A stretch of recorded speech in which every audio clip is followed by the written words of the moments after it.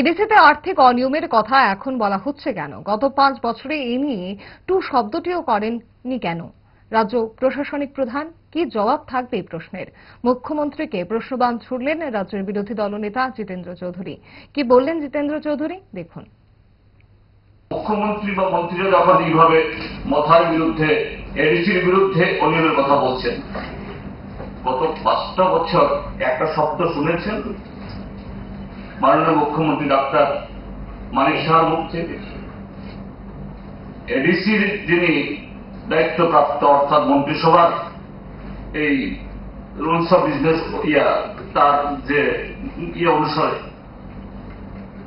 এই tribal affairs minister বিকাশ দেবনার মুখ থেকে একদিন সব চলছিল ঠিকঠাক, কেননা ক্ষমতা আসতে হবে, আর এডিসির সামনে এসে বলছে সব লোড করে নিয়ে যাচ্ছে, হিসাব দিচ্ছে না, ইকুইলেশন দিচ্ছে না।